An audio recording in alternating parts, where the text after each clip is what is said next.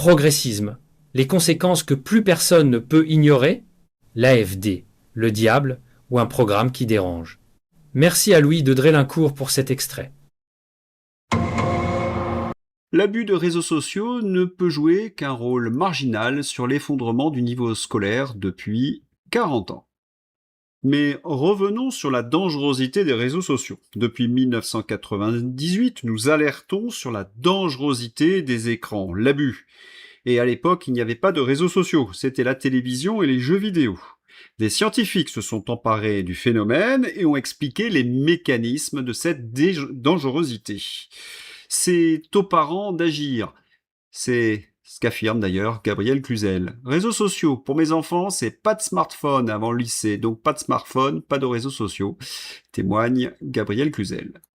C'est radical, mais efficace. Abus d'écran sur la santé mentale des ados est une réalité, télévision, jeux vidéo, smartphone. Leur toxicité est largement documentée. Mais comment en est-on arrivé là ?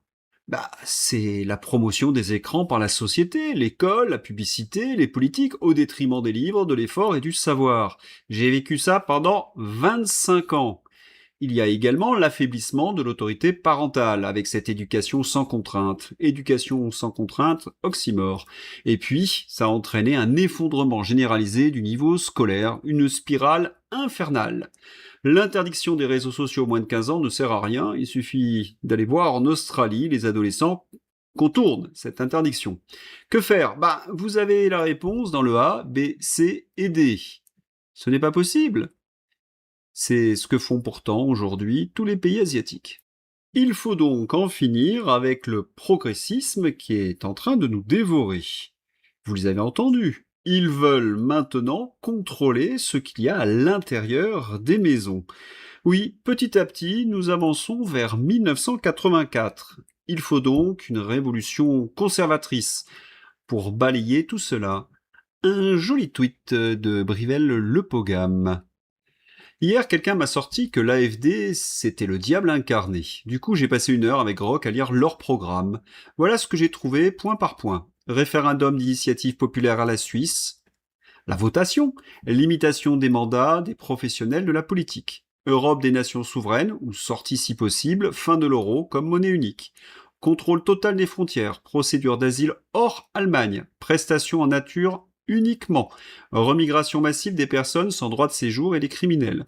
Baisse massive des impôts, suppression du SOLI, family splitting, simplification fiscale.